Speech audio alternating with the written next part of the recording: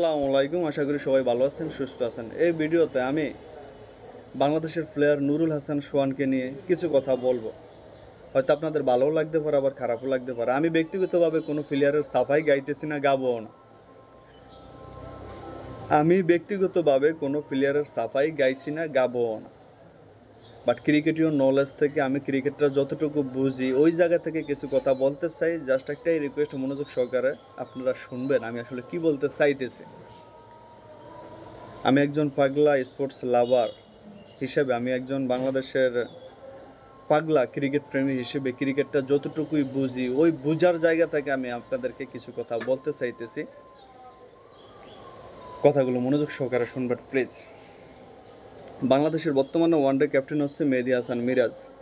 তার আগে ছিল নাজমুল হোসেন শান্ত। সাকিব তামিমের পরে বা সিনিয়র যেই সকল প্লেয়ার ছিল তাদের পরে বাংলাদেশের জন্য ক্যাপ্টেনের যদি দাবিদার কেউ হয়ে থাকে সেটা হচ্ছে নুরুল হাসান সোহান। আমার ক্রিকেটীয় মেধা শক্তি থেকে আমি যেটা মনে করতেছি সেটাই এখানে প্রকাশ করতেছি। আমি মনে করি নুরুল হাসান সোহানই ছিল বাংলাদেশের জন্য পারফেক্ট ক্যাপ্টেন ঠিক এই মুহূর্তে। অথচ সেই প্লেয়ারটা টিমের বাইরে। বর্তমানে দলের ভিতরে জাকির এর নাম কি, জাকির অনেক, জাকির অনেক নাকি, এই যে কালা প্লেয়ারটা, নামটা ঠিক মতো আসতেছে না। এই প্লেয়ারটা নিয়মিত, এই প্লেয়ার ছাড়াও নাজমুল হোসেন শান্তর মতো প্লেয়ারও অনেক খারাপ করার পরেও এই নিয়মিত এখন হইতেছে, পারফরমেন্স করতেছে, টুকটাক যাই করতেছে।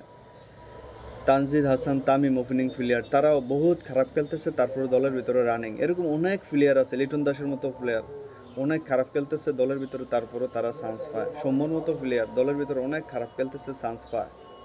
আমি ভাবছিলাম মুশফিকুর রহিম যে সঙ্গে অবসরে গেছে গিয়ে হয়তো কন্টিনিউ সোহান কি দলে থাকবে বা খেলবে।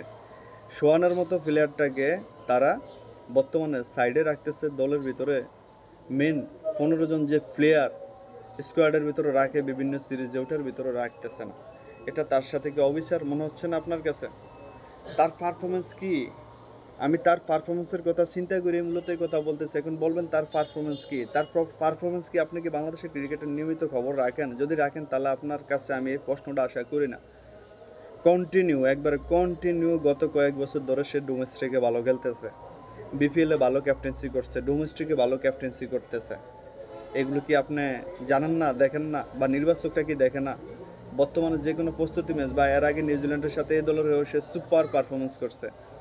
এগুলা কি চোখে পড়ে না? তো এই প্লেয়ারটার সাথে যে বর্তমানে এমনটা করা হয়েছে এটা কি ঠিক? এই প্লেয়ারটা যদি বর্তমানে রাগ করে অপশন নেওয়া নেয়, এটা আমি মনে করি সেরা একটা জবাব হইব সোহান যদি এই মুহূর্তে জাস্ট অপশনটা নিয়ে নেয়।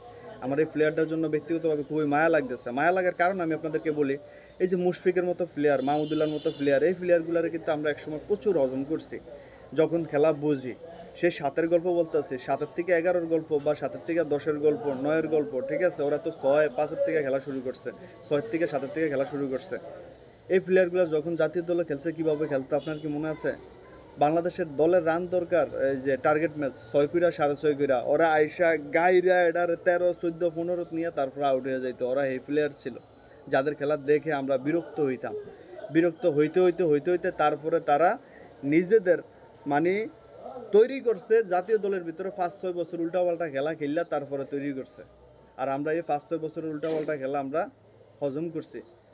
তো সোহানের মতো প্লেয়ার বা যে কোনো প্লেয়ারের যদি তাদের মতো করে এরকম দলের ভিতরে রাইখা বাজে দেখতো, ঠিক আছে, তাহলে ওরা ঠিকই ভালো প্লেয়ার হইতো। কেউ সুযোগ পায়, কেউ পায় না। তবে সোহানের সাথে যেটা হচ্ছে এটা সত্যিই অবিচার এই মুহূর্তে যদি অপশন নিয়ে নেয় আমি মনে করি সবচেয়ে বেস্ট, একদম পারফেক্ট হইব। ঠিক আছে, এই যে জাকির হোসেন অনেকের কথা কইতাছি, এর খেলার কোয়ালিটি দেখছেন? সাইগিয়া মেগিয়া কোন কোন দিকের বল কোন দিকে মারে, টি-20 লিগে ঠিক আছে যায়, শুধু টি-20 চালাইতে পারে, ঠিক আছে? অন্য কোনো খেলার দিয়ে চালানো এটা মানে জাস্ট হাস্যকর মাত্র। নির্বাচকরা আসলে কি দেখে প্লেয়ার সিলেকশন করে আই ডোন্ট নো। ক্রিকেট বুঝি, বাংলাদেশের ক্রিকেটের ভালো চাই, ওই জায়গা থেকে কিছু কথা এখানে আমি আমার মতো করে বলছি। কিন্তু দিন শেষে যা মনে হয়েছে সত্যি সোহানের সাথে অন্যায় অবিচার করা হয়েছে। সোহান ভাইয়া তুমি অপশন নিয়ে নাও, তোমার জায়গায় আমি থাকলে তাই করতাম। বাংলাদেশের ক্রিকেটাররা লাত্তি মেরে বের হয়ে যেতাম। এখানে সব সিস্টেমই হচ্ছে খারাপ সিস্টেম, 2 নম্বর সিস্টেম। ঠিক আছে, সবাই সবার ব্যক্তিগত সুস্টারই প্রাধান্য দেয়।